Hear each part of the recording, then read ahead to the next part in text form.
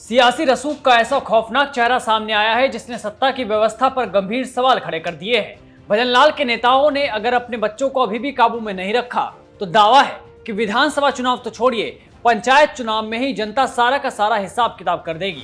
और उसकी वजह है ये तस्वीरें हैं राजसमंद जिले से। राजसमंद जिले के भीम से, जहां आधी रात को चले बुलडोजर ने 3 गरीब परिवारों की बरसों की जमा पूंजी को मलबे के ढेर में बदल दिया। लेकिन ये बुलडोजर प्रशासन का नहीं था, नगर निगम का भी नहीं था, ना ही सरकार का था। आरोप है कि ये बुलडोजर भाजपा विधायक के पुत्र ने चलवाया।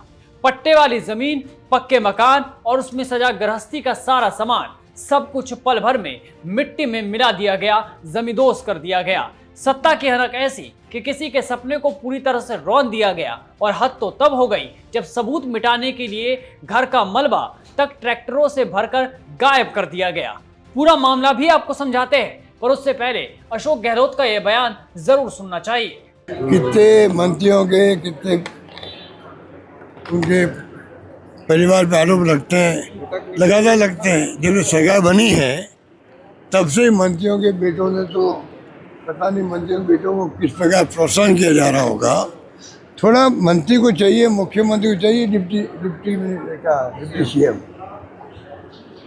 मुख्यमंत्री सहित सबको चाहिए अपने बेटों को दूर रखें, उससे सरकार के भला होगा।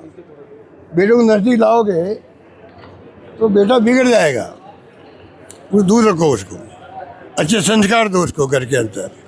बाहर अगर आप रखोगे सरकार के पास में, आपको मालूम नहीं पड़ेगा वो आपको कब बदनाम करवा रहा है। बदनामी आपकी होगी, सरकार की होगी, मंत्री की होगी, मुख्यमंत्री की होगी। चर्चा क्या क्या चलती रास्ते में, ये बात पहुंचती नहीं मुख्यमंत्री के पास में। तो मैं उनको सलाह देना चाहूँगा, बेटों को दूर रखो। धन्यवाद। गहलोत की नसीहत भी जायज है। बता दें कि भीम उपखंड मुख्यालय के बरतू क्षेत्र में 8 मार्च की रात जेसीबी मशीन ने 3 गरीब परिवारों के पक्के मकानों को ध्वस्त कर दिया। सत्ता के हनक में सारे सपनों को जेसीबी रौंद रही थी। इस संबंध में 20 मार्च को भीम थाने में रिपोर्ट दर्ज कर पुलिस ने जांच शुरू कर दी है। रिपोर्ट के मुताबिक नर्मदा देवी, गीता देवी और रघुवीर सिंह ने नंदावट निवासी विधायक हरि सिंह रावत के पुत्र रणजीत सिंह के खिलाफ मामला दर्ज कराया। रिपोर्ट में बताया कि तीनों पीड़ितों के भूखंडों पर बने सालों पुराने मकानों को रात में जेसीबी से गिरा दिया गया। नर्मदा देवी का मकान साल 2016 में बनाया गया था, जिसका ग्राम पंचायत की ओर से जारी आवासीय पट्टा सब रजिस्ट्रार कार्यालय में पंजीकृत है। मकान में बने कमरे, पानी का टैंक, सेफ्टी टैंक, स्नानघर और शौचालय सहित पूरा का पूरा ढांचा ध्वस्त हो गया और घरेलू सामान भी मलबे में दबकर नष्ट हो गया। न्यूज रिपोर्ट्स की माने तो गीता देवी ने बताया कि उनका मकान भी वैध पट्टे पर बना हुआ था। आरोपी लंबे समय से मकान कम कीमत पर बेचने का दबाव बना रहा था। घटना की रात मकान गिराने के साथ ही मलबा ट्रैक्टर ट्रॉली में भरकर ले जाया गया। वहीं रघुवीर सिंह के मकान को भी पूरी तरह मलबे में तब्दील कर दिया गया। पीड़ितों का आरोप है कि आरोपी पूर्व में भी मकान खाली करने और जमीन बेचने के लिए धमकाता रहा है। साल 2016 में इस संबंध में भीम थाने में शिकायत दर्ज कराई गई, लेकिन कथित राजनीतिक रसूख के चलते किसी भी तरह की कोई कार्रवाई नहीं हुई। बरतू गांव की रहने वाली एक महिला सहित 3 लोगों की शिकायत पर पुलिस ने भारतीय दंड संहिता की धारा 324(5), 329(4) और 331(3) के तहत मामला दर्ज कर लिया है। घटना के बाद इलाके के लोगों में आक्रोश है, लेकिन राजसमंद पुलिस की चुप्पी कई सवाल खड़े कर रही है।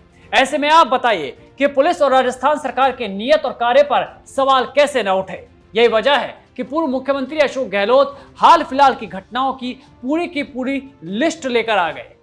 कानून ऐसे स्थिति चौपटी हो गई। बदमई में आज कोई मर्डर हो गया, कल आजकल में, और मेरे पास तो लिस्ट है कितने मर्डर करवाएंगे ये लोग। समझ में नहीं आ रही बात मेरे को तो, कि कुछ समझ नहीं पा रहे। देखिए आप, फलौदी के अंदर 21 मार्च को हुआ था, 3 नकाबपोश लोग आए और एक की हत्या कर दी और भाग गए गोली चला करके।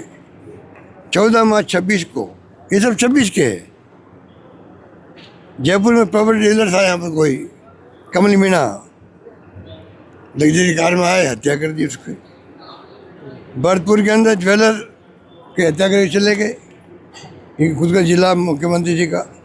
चूरू होटल के अंदर फायरिंग हुई 2-3 मार्च को, 26 को, इसी महीने, और होटल मालिक को मार के चले गए। 35 साल का मनीराम मंडा कोई था। शुरू माउंट आबू के अंदर 15 मार्च 26 को ही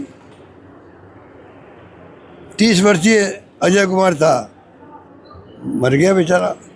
बाड़मेर में व्यापारी की हत्या हुई है, शरेआम फायरिंग की, दुकान में घुस के मार दिया उसको। और सर बीकानेर में कोई मर्डर हुआ था।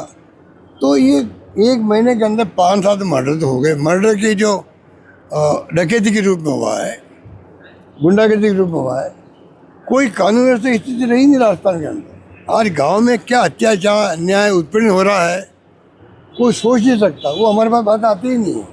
हमने FIR लॉन्च करने कंपल्सरी किया था मैंने, वो ख़त्म कर दिया इन लोगों ने, तो मालूम पड़ नहीं सकता। आंकड़े की ये जगलरी कर रही है।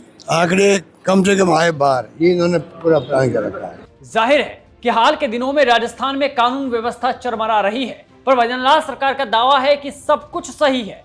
शायद सत्ता के शीर्ष पर बैठे नेता ये भूल चुके हैं कि दावों के उलट जमीन की सच्चाई कुछ और ही कहानी बयां कर रही है। सत्ता का सुख भोग रहे नेता चाहे तो धृतराष्ट्र बन सकते हैं, पर जनता सब जानती है, समझती है, अगले 2.5 साल में समझाना भी जानती है, और ये बात सरकार को अब समझनी होगी।